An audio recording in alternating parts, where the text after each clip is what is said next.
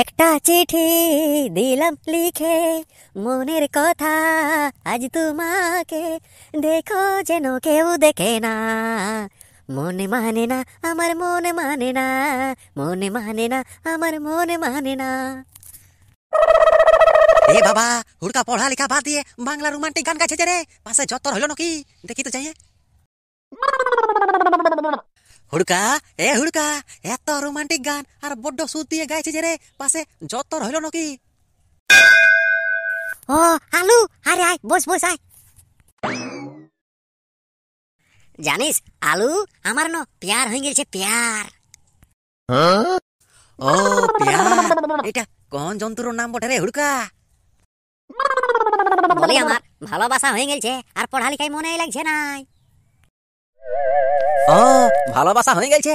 এ হুড়কা, ভুল ট্রেনে যদি চাপে গেছিস রে ভাই, তাহলে যত জলদি পারবি আগের স্টেশনে নামার চেষ্টা কর, নাহলে যত দূর যাবি তত আসতে লাগে তোরই কষ্ট হবে রে বোকা। না রে আলু, আমি সহি ট্রেনে চেপেছি, একেবারে সুপার ফাস্ট, আর আমাকে কেউ ঠেকাতে পারবে নাই। দেখ হুড়কা, তোর বাপে পেঁয়াজ রসুন বিকে তোকে পড়াছে লিখাছে, উহার স্বপ্নটা এরকম করে ভাঙে দিস না। না আলু, আমি ন শুতে জাগতে উঠতে বসতে সব সময় ওকে মনে পড়েছে, আর কোনো করার নাই রে ভাই, আমার বাপাও টেকাতে পারবে না আর আমাকে। আহা বুঝে গেছি। হ্যাঁ রে নুনু, ওই কাল স্বপ্ন থেকে বাইরে আয়, এখনো সময় আছে।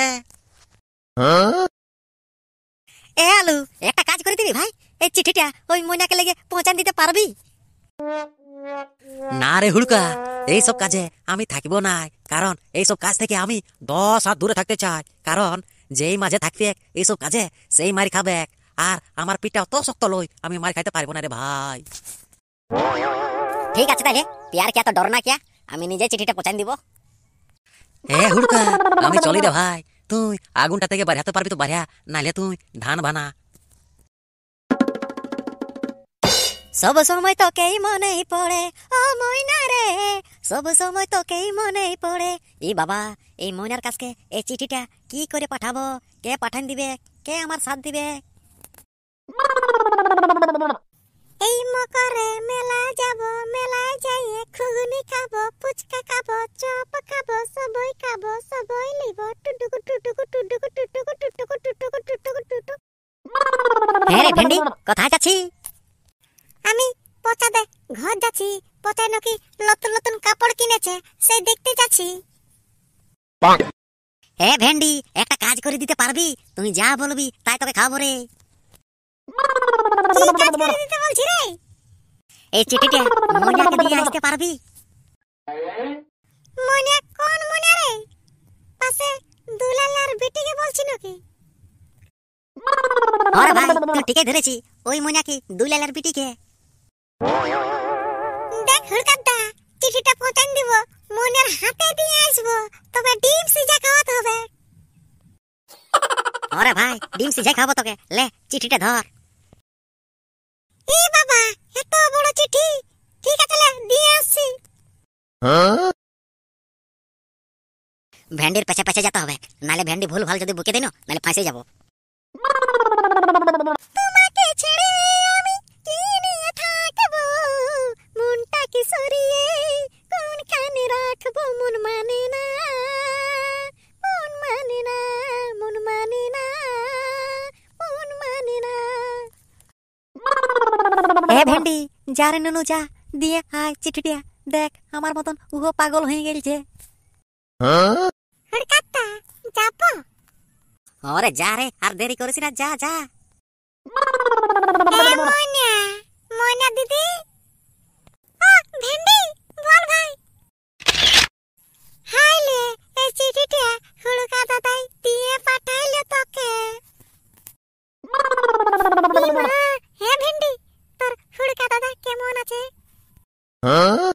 হুড়কা দাদা ভালো নাই, রাতের বেলায় ভকাই ভকাই উঠছে, সব সময় বলছে কি ময়নার কাছে যাব, ময়নার কাছে যাব। এ রে, কি বটে রে? কি দিলি রে? আমার বেটিকে কি দিলি রে?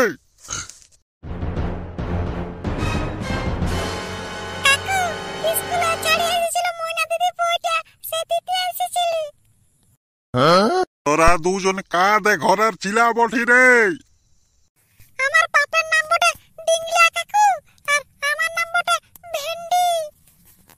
আর তোর নাম কি বটে?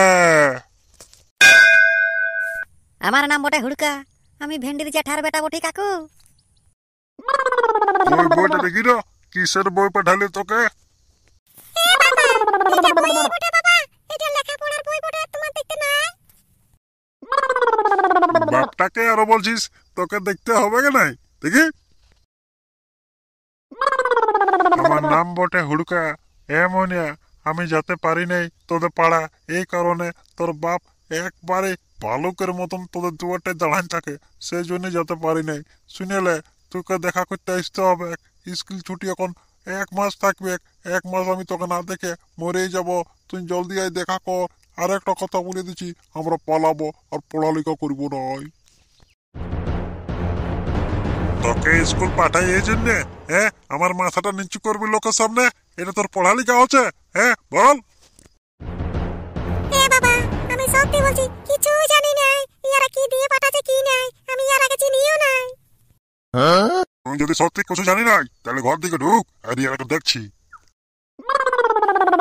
দাদা, হাতে কি বলছে মনে নাই, আমরা কেন কি চিনেই নাই। আরে ভাই, এই কথাটা শুনে কোনে আমি দা অবাক। শালা আলু ঠিকই বলেছিল, ভুল ট্রেনে যদি চেপেছিস তাহলে আগের স্টেশনে যত জলদি পারবি না ভেদে, নাহলে যত দূর যাবি তত কষ্ট পাবি। ওর কথাটা সত্যি হয়ে গেল মনে হচ্ছে রে ভেন্ডি ভাই। আমার ঘরে নজর ডালতে এত বড় সাহস তোরাকে কে দিয়েছে? কাকু, আমার কোনো দোষ নাই কাকু, আমি কোনো জানি না কাকু। এই হুড়কা দাদা বলছিল তোকে ডিম সিজা খাওয়াবো, মইনাকে এই চিঠিটা দিয়ে আসবে যা, সেই জন্য আমি এসেছিলি কাকু, আমাকে মারিও না কাকু। লে ডিম সিজা খা।